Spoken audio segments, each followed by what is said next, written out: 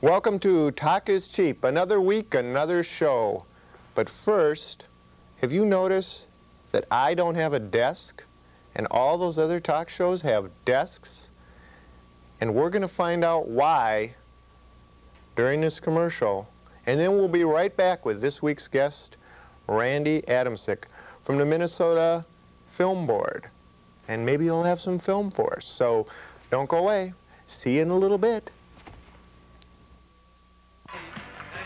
Sulak for three. What a first half for Pete Sulak. 20 points.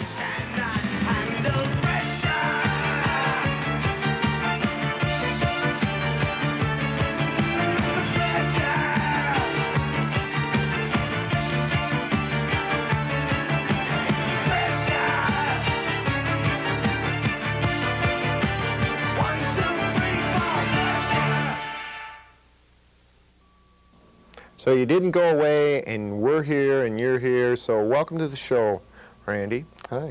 Good to be now, here. Why would the state of Minnesota have a film board? What's in it for Arnie Carlson and all the people up on the Hill? Fair question. Money, that's what's in it. Money and jobs. So what the film board is about. We are funded by the state. We get about half our money from the state legislature. Mm-hmm. And our job is, of course, to bring in movies to shoot in Minnesota. With that money, half of it comes, and we have to raise the other half to match it, which is comes to about $400,000. We need to prove that the revenues, the taxes, and the jobs we create are worth that investment. And I think over the last 4 years, we've done a very good job, and it's very easy to prove that. There's been 24 feature films shot in Minnesota in the last 4 years. Those 24 films brought in over $40 million, over $3 million in tax money for the state or the municipal governments. Well, that would kind of cover that $400,000.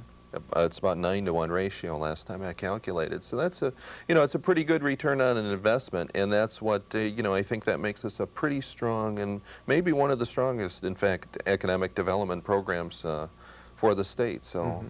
As I said, it's a place where tax money's well spent. One of the few agencies that might make some money for this state, huh? At least so far, knock on wood, it's going pretty well. How did this come about? Whose brainchild was it? Well, every state has a film commission. Oh, really? All 50? All 50 states. In fact, make we movies in North Dakota? Exactly. In fact, North Dakota may be the 50th state, because we were way up, maybe the 43rd or 44th state to start a film commission. Everybody jumped in, and this whole business is really about 20 years old, because it wasn't until about 20 years ago that much work was leaving New York or Los Angeles and looking elsewhere to shoot. A lot of it has to do with technology. A lot of it has to do with video. You have cable access operations like this where people are being trained, where a lot of, all that expertise, all that equipment used to pretty much reside in Los Angeles and New York only up until recent years. So everybody's in the game. It's very competitive, and in fact, for our films here in Minnesota, most of the competition comes from Canada. The really? Exchange rate with Canada is a difference of about 30 cents on the dollar right now, which is very, very difficult for us to compete. If they're thinking a film that needs a northern location, so it's looking in that northern belt of cities, let's say Portland, Seattle, Vancouver, then Toronto, Minnesota, Pittsburgh, Cincinnati, Chicago, certainly. Those are the cities that we compete with on every show that's looking our way. We're always competing with at least 2 or 3 of those other cities, and a lot of factors come into play. What locations really fit the script? What city might happen to be busy? Maybe there's 3 films going on in Chicago right now. Well, that might bring a project up to Minnesota if it doesn't have to be specifically Chicago or specifically Minneapolis or St. Paul, because we play ourselves only about half the time. In other words, Minnesota appears as Minnesota in the film. We've played Detroit, we played New York, Chicago. So we need a lot of flexibility to sometimes make people think that they're filming in other cities. Yeah, last time you were here, you had said we were playing Detroit. Right, right, in that film Crossing the Bridge, which was nice because of the films that we lose to other states, a lot of them tend to be crime stories, things where they really need blocks and blocks of ghettos or high-rise apartment buildings or slum areas, and you know, it's a mixed blessing, but we don't have much of that, at least that looks on film like this is New York, or you know, this is Harlem or the Bronx. So those, you know, we could do a bit better if we had kind of more urban density, but I don't think anybody really wants that in our lifestyle here. Yeah. So Minnesota's getting its share of movies right now. How long has the Film Board been in existence? Since 1983, so we just celebrated 10 years. 10 years, and said in that time there's been about 55 films shot in the States, so when you figure there was just a handful prior to that, I think, you know, it's taken some time, but now the ball is really rolling well, and I think we are, when a film's looking for a northern location, I think they do tend to think about Minnesota, and we've been picked, we've gotten our share, let's put it that way. 8 feature films have already been shot in the state this year, 1993, since the start of the year. So that's a very good start, and actually our revenues from those films are double what we've had in any other year. So we're seeing growth year by year. Yeah, not only are we seeing growth in the number of films that are shot here, but we're getting much bigger films. The Mighty Ducks, which I'll probably show a clip on later in the show, really kind of put us on the map. I mean, here was the film that made about $50 million at the domestic box office. So that's 10 million people who went to see, you know, who saw the Winter Carnival, who saw kids hockey being played in the movie The Mighty Ducks. You know, it's a story and it's a movie, but it's also exposure of what Minnesota looks like. And, you know, that's a perfect example of The Mighty Ducks because it shows there is actually life up here in wintertime. Which, and that's a big name studio. That's Disney. That's Disney. And so starting with Ducks, we've had, I think, 12 projects, and actually 8 of them have been for major studios. Most of them aren't out yet. We're a few, like Untamed Heart, is in the video stores right now. Mighty Ducks 1 you can get in video store. Mighty Ducks 2 just completed filming here a couple weeks ago. So there'll be a lot coming out. But 8 of the last 12 for studios. So in other words, they're bigger budget films coming to the state.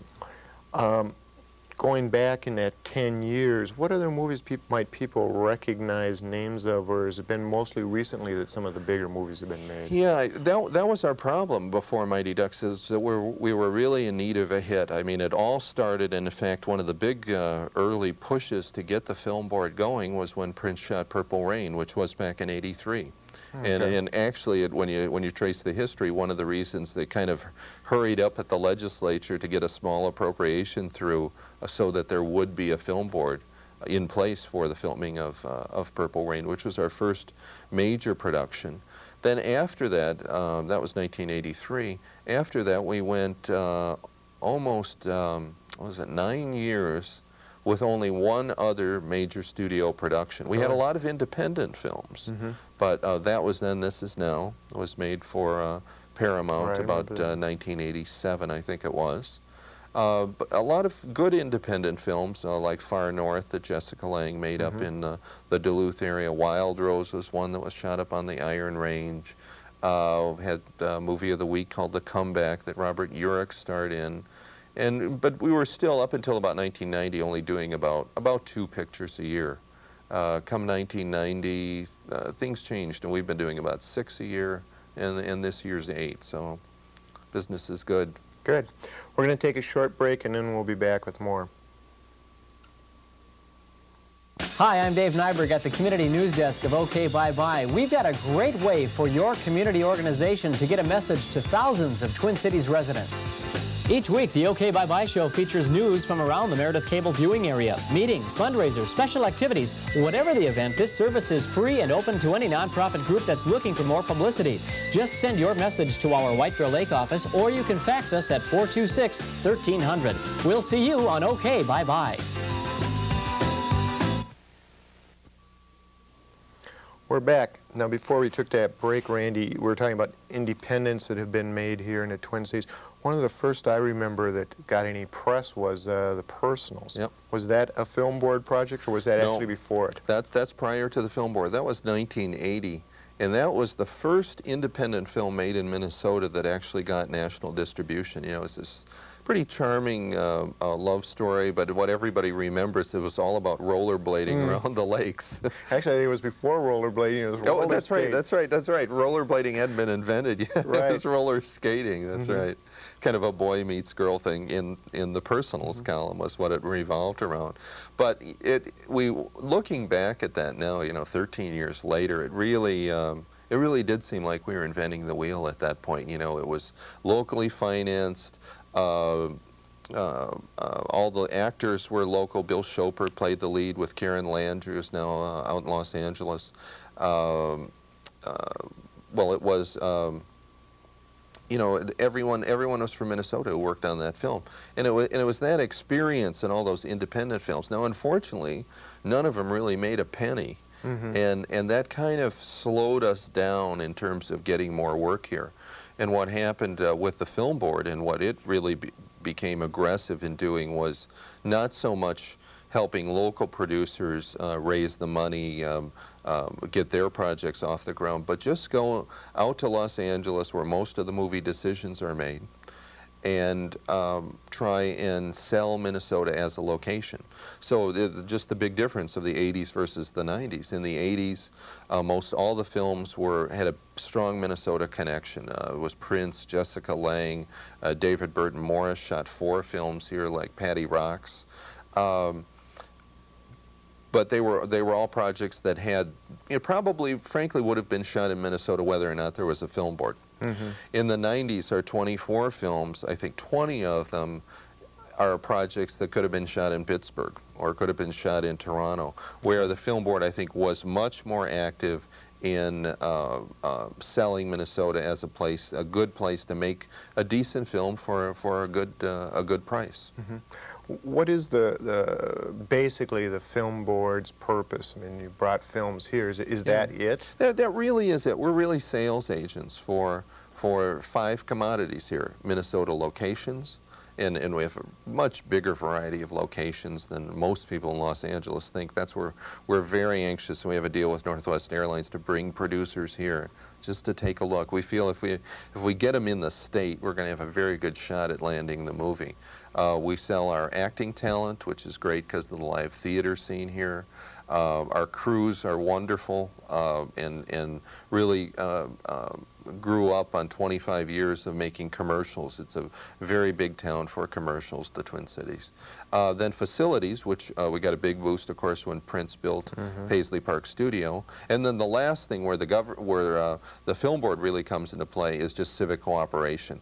Making sure that all the units of government and the neighborhoods and the businesses involved in a day of shooting, that it just goes as smoothly as possible, that the streets are blocked as necessary, that everybody's notified. I mean, it's really like a major production, especially the bigger shows that we're getting, like Little Big League, the film that's shooting in town as we speak.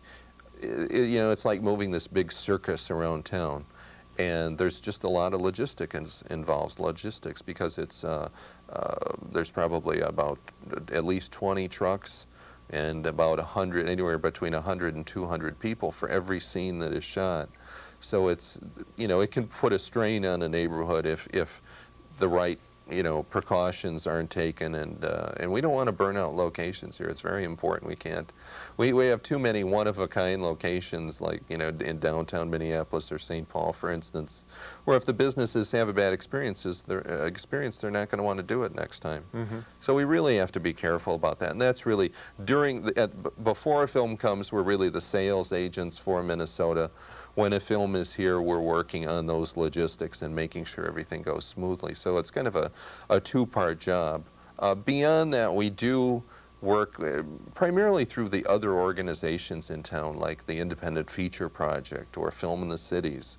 The other groups in town, Screenwriters Workshop, to provide enough education so that there's enough of a base of talented people in the right positions to bring features here. And we work with those groups, but that's really not our primary purpose. Now, we really focus on bringing stuff from Los Angeles to shoot here. Now, at the end of films, for those people who stay in the dark until the end of the credits, I've noticed, you know, it'll be thanks to the city of Chicago Film Board or New York. Do Minneapolis and St. Paul have their own city film boards? Yes, they do. They do, and we work very closely with both of them. Minneapolis has the Office of Film, Video, and Recording, where Janet Zahn works, and she really has the day-to-day. She probably has the toughest job in the state regarding filming and getting everything done, because she gets the calls, you know, if it's they want to shoot in the Metrodome, but it happens to be a sunny day, so instead of going inside the dome, they decide they're going to take advantage of the sun to go out and shoot something at Lake of the Isles. So all the parking requirements, you know, all the things with city engineers to get the permits through, there's a quick change involved. And that's what's interesting about it. As I said, it's like moving a circus, but it's like moving a circus when sometimes you only have an hour's notice that there's shifting locations to take advantage of the weather or something else, or an actor gets sick and they have to change, because a day of shooting will cost about $100,000. So if you just figure what even a couple hours lost, what it costs the film production, you know, it's a tremendous amount of money. So it's just greasing the wheels to keep it going. And then Heidi Buss does the same thing for the city of St. Paul, which would really, when that HBO miniseries Laurel Avenue that ran about a month ago, when that was shot last summer, right at this time, that was really, you know, all the locations were in St. Paul. There was a very heavy use of the neighborhood. In fact, the Laurel Avenue, you can actually drive by the house and find out that's become almost a Mary Tyler Moore type tourist stop. People driving by the Laurel Avenue house where that was made. But it was a nice boost for St. Paul. How did Laurel Avenue come to St. Paul? Well, that's a pretty interesting story, actually. You know, a minute ago I mentioned that if a producer comes to the state with very strong feelings that they're going to want to shoot here. Well, this producer, Tony Toe, came a year prior, 2 years ago, for a project that never got made. And it happens, you know, a lot of projects that we do scouting work on never get the financing, or something happens, an actor goes and takes another job and the project falls through. So that's what happened with one that Tony Toe was scouting on. But he spent 5 days here looking all around the Twin Cities. And then came a project that was not at that time called Laurel Avenue. It was called Shelton Avenue, because it was written for New Haven, Connecticut. And it's a story, as people know, about a middle-class black family. And I'm sure without that time in the state that Tony Toe spent here, we would have never even been in consideration. But here was another show that he was the production manager on, and they were going to New Haven, they were going to Toronto, New York, Pittsburgh, and he said, well, let's go take a look at St. Paul. Just some location stuck in his mind, and that was a full year later. And they came to town, loved St. Paul, and really decided that not just to do the same story they were going to do in New Haven, Connecticut, but to really change a lot of it to make it St. Paul particular. So there's a lot of very specific St. Paul references. And then if you see the way the reviews came out when Laurel Avenue aired last month, everybody lauded the fact that it was a Midwestern family, that we've seen black families in the East Coast ghettos or in Watts. Wasn't it great to see a normal family in a Midwest situation, you know, to really sort of get a different look, essentially, at African-American culture in America. And I think it turned out to be a great decision. And we may have more work on Laurel Avenue coming up, because it was so well received when it did run on HBO. Great. I'm going to take another short break, and then we'll be right back. Oh, I love that song. It's going to make me want to dance. Hey! It's Pure Party, 2 rockin' CDs, free with your paid subscription to Entertainment Weekly. What I like about you. Yeah! Pump up the jam, pump it up. Pure Party, 24 tunes on 2 CDs. Pump it up, yo, pump it up. Call now and get these 2 incredible CDs or audio cassettes absolutely free when you subscribe to Entertainment Weekly. Tonight I'm gonna party like it's 1999. Call now and get 30 issues for 4 monthly installments of only $5.99 each. Almost 70% off the cover price. You can even use your credit card. 2 free CDs with a subscription? These are my favorite songs. That's a double bonus. That's great. Call now. Save almost 70% on Entertainment Weekly and get the Pure Party CDs free. We're back. Now, before we went to break, Randy, we were talking about Laurel Avenue, which was HBO, so it's kind of a movie. I guess the film board does anything, film, video, it can be TV. Oh, absolutely. And I mean, we do a lot of service work on commercials. We don't promote the area for shooting commercials, but we provide the same services through our Minnesota production guide, and we do all the same location work for a commercial, music, video, no matter what kind of shoot it is. And that includes cable access. So don't don't hesitate to call the film board. I mean, we really want to be a good resource for all film or video makers in the state. And I hope we can be that. Okay. Now, we had mentioned Mighty Ducks a couple of times, and that's probably the biggest movie that's come out of the Twin Cities, right? Well, yeah, it has. It didn't reach the grosses of Purple Rain, actually. Oh, really? But certainly in recent years, since Purple Rain in '83, it's by far the biggest hit. And by the time it's done theatrically around the world and video, I'd say it'll bring in about $200 million. That's a few bucks. So, of course, what do you do when you got a hit? You make a sequel. And then you name a hockey team after it. Yes, exactly, and get as many promotional tie-ins as possible. Now, our worry with the sequel was, of course, that they wouldn't shoot much of it here, and in fact, much of the story takes place out in Anaheim, where the Mighty Ducks real professional team will play, and of course they work, it's Disney, so they work them into the storyline as well. Sure. But the Ducks team that you'll see in this upcoming clip still live in Minneapolis. Right, this is a clip from the first one, but all the same Ducks are back. So if you loved them the first time, Goldberg and Banks and the bunch, you'll love them the second time. Emilio Estevez is back as the coach. But what the story involves is the Ducks starting in Minneapolis, and then they get invited to play in an international youth hockey tournament, which happens to be, not so surprisingly, in Anaheim. But one thing that people should know when Mighty Ducks comes out this winter, Mighty Ducks 2, is that when you see hockey scenes that are supposed to be Los Angeles, it was actually shot here in the Twin Cities. So. Okay. I think they shot at Augsburg, or one of the first time around. Colleges, Yep. Yeah. Yep. Okay. Are we ready with that, Steve? We are. Okay, let's roll it. Jane? Are you kidding me? She's out of law school 1 year. She's not qualified to handle. Hold on a second. Hey! Get your mouth off the windows! Hey! Get off there, man! Get off the car! We're being invaded! Get off the roof, you little monkey! Oh, cool! Is that a real phone? Yes, and I'm really on. Thank you. Let's see now. Who should I... Watch the upholstery! Don't touch that! Hey, we want to ride. We want to ride. Hey, we want to ride. Hey, we want to ride. I could kill one of them just to set an example, son. Not yet, Louis. Take him for a spin. Anything.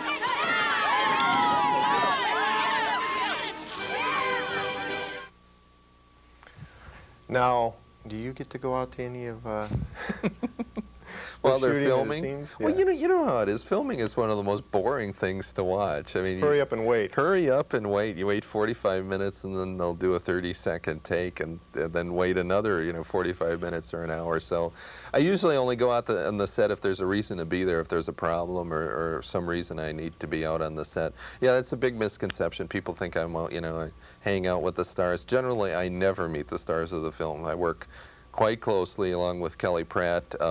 We work very closely with the producer, director, production manager, but it's, again, it's really on the technical side of things, not schmoozing the stars. Is not part of my job.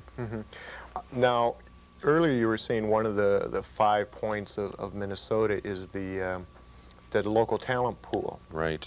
In Mighty Ducks, or even in the scene we just saw, are we seeing any Minnesota-bred actors? There were two of the Ducks are Minnesotans, and then all the opposing teams that they play in the story, both 1 and 2, are real teams and real hockey players. And some of our better kid actors, like Michael Ooms, he plays the bad kid that always tries to injure one of our beloved Ducks. So they had a lot of fun with it. But you know, the Ducks are all, most of the team are professional actors with agents that, you know, live in California and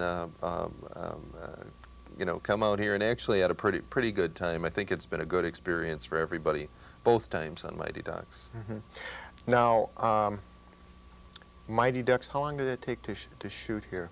Well, you know, typical film about 8 weeks. So Mighty Ducks 1 was all shot here. Mighty Ducks 2, 4 weeks here, and actually about 5 weeks in Los Angeles that they're doing right now. And again, because the story takes the Ducks out to LA, so when they get out there, they do all those nutty things that you want to do the first time you're in a big city like that. Is, you know, they go to Disneyland, they go to Venice Beach, they Being go a Disney film. Yes, exactly.